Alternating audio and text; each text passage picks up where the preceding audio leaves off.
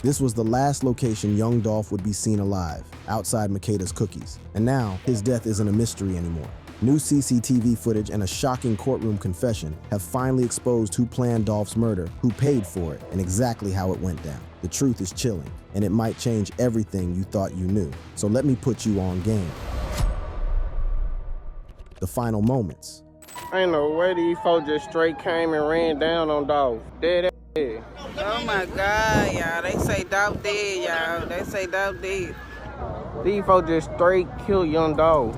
On November 17th, 2021, the rap game lost a real one when Memphis legend Young Dolph got gunned down at a cookie spot in his hood. The self-made boss, who stayed true to the streets while building his empire, was just showing love to local businesses like he always did. Young Dolph, government name Adolph Robert Thornton Jr., had built different in the rap game. As the founder of Paper Route Empire, dude was eating without having to bend the knee to any major label. He was collabing with heavyweights like Gucci Mane and had carved out his own lane as a certified boss in the industry. But beneath all that success was some serious beef that would eventually catch up to him. That November morning, Dolph was back in the 901 doing what he was known for, putting money back in the community. He rolled up to one of his favorite spots, Makeda's homemade butter cookies, to cop some treats for his mama. Dolph wasn't just a customer, he was a real one who stayed putting the spot on his social media.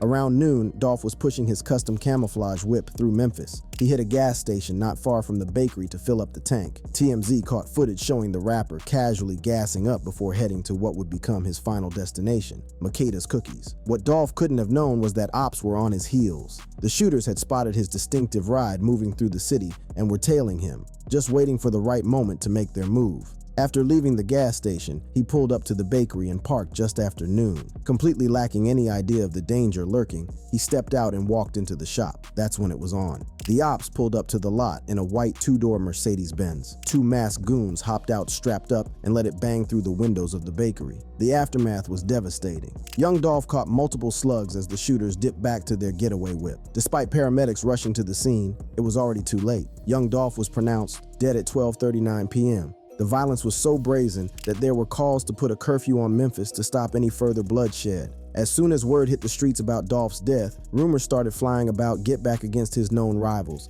especially Yo Gotti and Black Youngstar. Some said Youngstar's grandma's crib got shot up, while others claimed Yo Gotti's restaurant Privé also caught some stray bullets. The media pulled up quick to fact check, confirming that Privé hadn't been touched. Still, the rumors had Memphis so hot that the police had to move. Multiple squad cars from MPD rolled up to Privé's parking lot, about 10 miles from where Dolph got hit, to make sure nobody tried to spark a war. Reports also confirmed that Black Youngstar's OG was safe, but as a precaution, cops temporarily shut down Privé, though they never said if Gotti or his business had received any specific threats. Less than 24 hours after the hit, the public got their first look at Dolph's alleged killers when Memphis police dropped surveillance pics showing two individuals posted outside the cookie shop in broad daylight, banging through the windows before running back to a white Benz. 3 days after the murder, investigators caught their first major break when the getaway car was discovered. The white Mercedes used in the hit was found abandoned. Further digging revealed that the whip had been boosted from an East Memphis gas station just a week before Dolph got touched.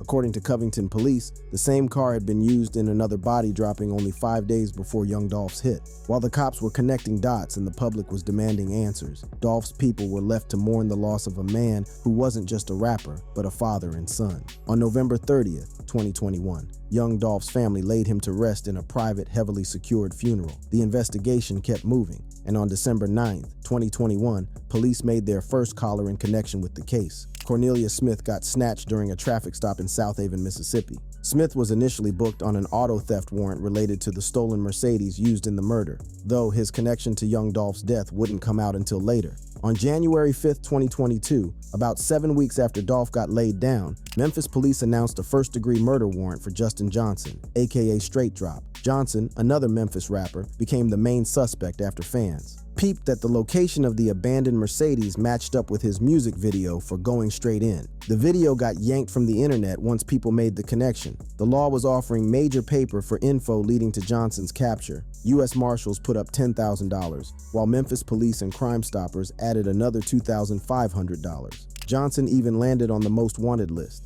In a wild move, Johnson posted on his IG story claiming he was innocent and was about to turn himself in. "Turning myself in Monday at 2:01, I'm innocent. I'll be back sooner than you can blink," he wrote. The 201 he mentioned was 201 Poplar, the men's jail in Memphis. Despite saying he'd surrender on January 10th, Johnson switched up and instead dropped a music video called Trackhawk and ghosted from Instagram as his account vanished. Eventually, though, the law caught up with him and he got booked and arraigned. There seemed to be some history between Johnson and Dolph, though nobody's sure exactly what their connection was. Notably, Johnson was spotted in the cut of a photo with young Dolph from 2018, suggesting they crossed paths before the beef popped off. A third suspect, Shondell Barnett, Johnson's cousin, later got snatched in Indiana for allegedly helping Justin duck the law. Barnett caught charges for accessory after the fact to first-degree murder and criminal attempt to commit first-degree murder. However, in a plot twist, these charges got dropped on January 28, 2025, after the Shelby County DA's office admitted the arrest warrant should have been thrown out earlier,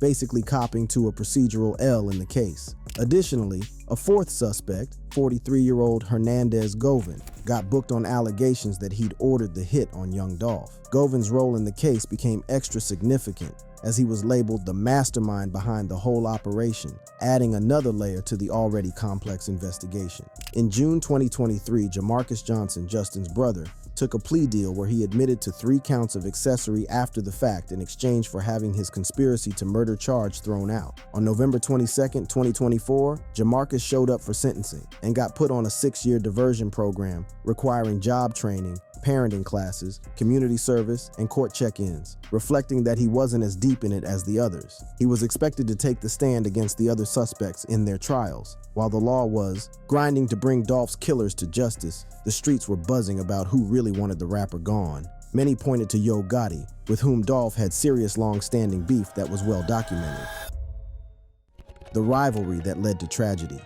To really understand why young Dolph got touched, we gotta break down the heavy beef that had been simmering for years between him and fellow Memphis rapper Yo Gotti. This wasn't just about music.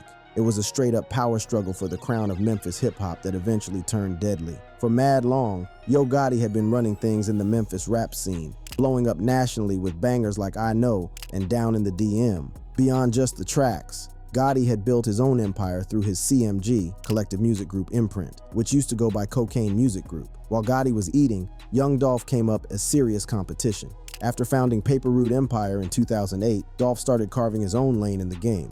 Linking with established names like Gucci Mane only made his stock rise faster. By 2015, young Dolph's clout and fan base had grown crazy, putting him directly in Gotti's rear view and setting the stage for what would become a deadly rivalry. The tension between Dolph and Gotti hit a boiling point in 2016, with both rappers taking shots at each other through their music and on social media. Dolph, who always kept it a buck, openly aired his issues with Gotti, especially about the time he curved Gotti's offer to sign with CMG. From Dolph's perspective, this rejection had Gotti in his feelings and was the real reason behind their ongoing tension. The situation got hotter when young Dolph announced his debut album would be titled King of Memphis, a title many saw as direct disrespect to Yo Gotti, who had been claiming that throne for years. Although Gotti stayed quiet on the matter, everyone in the Memphis rap scene knew Dolph's album title was a straight-up challenge to Gotti's position. Despite the brewing beef, young Dolph tried to cool things down during a radio interview in February 2016. He acknowledged that Yo Gotti had shown love early in his career and explained that his album title wasn't meant as disrespect, but reflected how he and his squad viewed themselves as kings in their own right. But the conflict turned up when Yo Gotti's CMG artist, Black Youngstar, publicly came at young Dolph in an Instagram video. Black Youngstar questioned Dolph's claim to the King of Memphis title and started throwing threats, showing that the beef between the two camps was real and potentially about to get physical. The tension reached new heights on March 2, 2016, when Black Youngstar and a gang of goons pulled up in young Dolph's hood in South Memphis, specifically the Castalia area, looking for smoke with Dolph. Where we at right now, cuz? In Castalia right now, cuz? What Dolph at, cuz? Where he at, cuz? Where he at?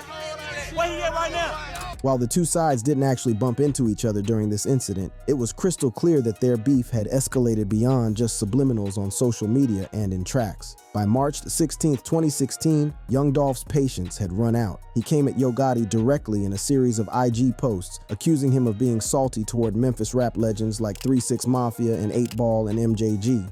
Dolph further claimed that Gotti had sent Black Youngsta to fight his battles and had even called the cops on him. He straight up said he'd never signed with Gotti and reminded him about his issues with Gucci Mane, suggesting that Gotti's beef with him stemmed from Dolph's ongoing relationship with Gucci. Black Youngsta clapped back quick with a diss track called Shake Sum, which he infamously performed just a month after Dolph's death. In the track, Youngsta questioned Young Dolph's Memphis credentials and attacked his claim to be the king of the city. He also pledged loyalty to Gotti and threw shade on Dolph's legitimacy as a true Memphis artist. Several months after the confrontation with Young Dolph, Black Youngsta claimed in an interview with Vlad TV that the beef was squashed. He said that despite their issues, Yo Gotti actually rocked with Young Dolph. However, Dolph wasn't trying to hear that the beef was over, leaving the door open for more drama. Later, Young Dolph dropped a vicious diss track called Play With Yo Bitch, aimed straight at Yo Gotti. The track went viral, largely because Dolph made the wild claim that he'd been smashing Gotti's baby mama. In this track, Dolph also made some serious revelations about Yo Gotti and his brother Big Juke, Anthony Mims. In a skit within the song, a Big Juke lookalike appears and thanks Young Dolph for his support, saying that his brother, Yo Gotti, had been messing up his life. Further in the song, Dolph exposed that there was a time when Big Juke and Yo Gotti weren't on speaking terms, and during this period, Young Dolph had actually helped Big Juke get his bread up. However, when the beef between Dolph and Gotti heated up, it looked like Big Juke patched things up with his brother and switched up on Young Dolph, who had previously shown him love. After staying silent through most of the escalating beef with Young Dolph, Yo Gotti finally responded with his own diss track, Don't Beef With Me, though he played it smart and kept it indirect. Young Dolph, who never backed down, answered by dropping the music video for Play With Yo Bitch, which straight clowned Yo Gotti by featuring a Gotti impersonator, showing that the hostility had reached peak levels. Just one day after the video dropped, the conflict appeared to turn violent. On February 25, 2017, word got out that Young Dolph had been targeted in a shooting in Charlotte, North Carolina. Over 100 shots were let off at his whip, but thanks to his bulletproof SUV, Dolph walked away without a scratch. In a boss move he performed later that night, unfazed by the attempt on his life, and performed his Yo Gotti diss Play With Yo Bitch. The message was clear. He wasn't scared of nobody. However, Young Dolph later seemed to switch his position.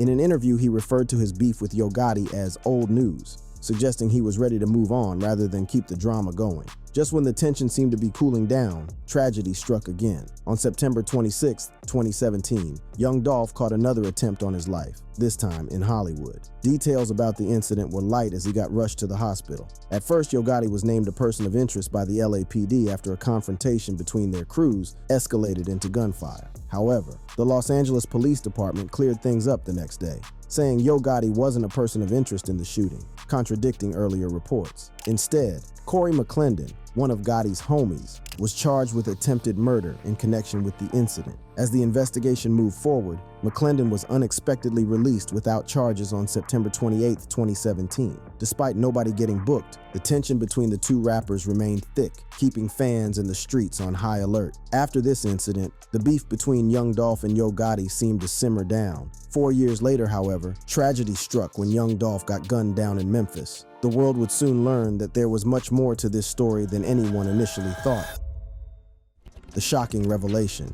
Fast forward to September 2024, the trial of Justin Johnson, one of the alleged triggermen in Young Dolph's murder, kicked off, and what came out in the courtroom flipped the entire script on what we thought we knew about this case. During the trial, which started on September 23, 2024, nearly 3 years after the murder, prosecutors brought out some serious new evidence that would shed light on how Dolph got touched. On day one, previously unseen surveillance footage was shown, capturing Dolph's final moments inside Makeda's homemade cookies. The video showed Dolph walking in, chopping it up briefly with an employee, and waiting on his cookie order regular everyday moves that made what happened next even more tragic. Shelby County Deputy District Attorney Paul Hagerman led the prosecution, framing the case as a calculated hit rather than some random violence. On the second day of the trial, prosecutors brought out additional video evidence focused on Justin Johnson. This new footage showed Johnson 37 minutes before the murder, in an elevator with his daughter, rocking a Bass Pro Shop hat, black hood, gray sweats, and black kicks, with a visible tattoo on his hand that matched descriptions of one of the shooters. Former Memphis police officer Terrence Dabney took the stand, confirming it was definitely Johnson in the footage. But the most jaw-dropping revelation came from the testimony of Cornelius Smith. On September 23, 2024, Smith testified during Johnson's trial, admitting that he and Johnson were indeed the shooters who laid Young Dolph down. What he spilled next had the courtroom shook. They had been promised $40,000 each by Anthony Big Jook Mims, Yo Gotti's older brother and a high-ranking figure at CMG, to carry out the hit on young Dolph. Smith further revealed that after he got locked up, Big Jook put $50,000 on his books for his attorney, suggesting an attempt to keep him quiet. Smith also broke down the actual hit, saying they used a Draco semi-automatic to bust through the windows of the bakery. He mentioned that he caught some lead from Marcus Thornton, young Dolph's brother, getting hit in the arm and leg during the incident, while Johnson only got grazed. In his testimony, Smith described a particularly cold moment after the shooting, a FaceTime call to Big Jook where Justin Johnson spelled out young Dolph's name in sign language, basically confirming they had completed the mission. This testimony completely changed the game, putting Big Jook at the center as the one who orchestrated a $100,000 hit on Dolph, all stemming from the ongoing beef between CMG and Paper Route Empire. Prosecutors alleged that Big Jook had invited Johnson and Hernandez-Govan to Atlanta to talk about signing with CMG, potentially as part of setting up the hit. Jamarcus Johnson, Justin's brother, also took the stand, having previously pleaded guilty in June 2023 to 3 counts of being an accessory after the fact. The trial featured several key pieces of evidence beyond the videos. Prosecutors brought out cell phone records showing calls between the suspects and Big Jook at 12:25 p.m. on the day of the murder. They also presented tracking data that put Johnson and Smith's phones at both the crime scene and at an apartment complex afterward. It's worth noting that Big Jook had openly disrespected young Dolph, especially after his death. In 2021, Big Jook went off about a street painting featuring NLE Choppa, Moneybagg Yo, and young Dolph. I don't paint no bitch beside two real niggas. Two real niggas with a pussy in the middle, man. Y'all don't do that, man. Don't fuck about legacy. So pussy right here, y'all. Defense attorney Luke Evans tried to paint Smith as a snitch lying to save his own skin, pointing out that no fingerprints belonging to Johnson were found in the getaway car, only Smith's prints were there. Evans also emphasized that there was no proof that Justin Johnson got a penny, while Smith admitted receiving $800 before his arrest, and his attorney later got that $50,000 bag from CMG. Despite these defense arguments, after less than 4 hours of deliberation, the jury found Justin Johnson guilty on September 26, 2024, of first-degree murder, conspiracy to commit first-degree murder, and being a felon with a gun. Judge Jennifer Mitchell hit him with a life sentence the very next day. Hernandez-Govan, accused of masterminding the hit, curved a plea deal in December 2024 and has a trial date set for July 28, 2025, after several pushbacks. Govan got out on $90,000 bail in May 2023, but has since caught cases for unrelated charges, including driving on a suspended license and stalking in June 2024. At a recent court appearance on March 15, 2025, Judge Jennifer Mitchell ordered monthly drug tests, showing he's still having to comply with his bond conditions. In a tragic ripple effect, Govan's daughter, rapper Lotta Cash Desto, was killed shortly after his arrest for Dolph's murder, leading many to believe this was part of the get-back for Dolph's death. Govan expressed his pain on Instagram, writing, "I think I cursed you, Destiny, with my lifestyle. I apologize, baby." In a twist of fate that many saw as street justice, Big Jook, the alleged mastermind behind young Dolph's murder, got taken out himself in a shooting on January 13, 2024, outside an East Memphis restaurant. On the day he got touched, Big Jook and Yo Gotti were at a funeral service on Winchester Road's 6300 block for their late uncle Eric Boven, a well-known Memphis cocaine kingpin from the 1980s who had passed away on December 31st at the age of 63. The repast at Perignon's restaurant and event center was supposed to be a time for mourning, but instead became the scene of yet another tragedy. According to witnesses, suspects in a white Ford Explorer with black wheels and dark-tinted windows were responsible for the shooting. Surveillance video caught images of the vehicle, providing key evidence for the investigation. Witnesses at the funeral said they'd spotted 2 suspicious dudes inside the church during the service who had been watching Big Jook from the back before bouncing earlier than the other mourners. To this day, no one has been arrested for Big Jook's murder, and with new evidence showing that he was involved in Dolph's death, no one will want his murder solved. But if they are caught, it would open a new can of worms and shed light into the deadly beef that has ruined the music rap scene. If you enjoyed this video, click on the boxes playing on your screen to watch similar content if you enjoyed this video.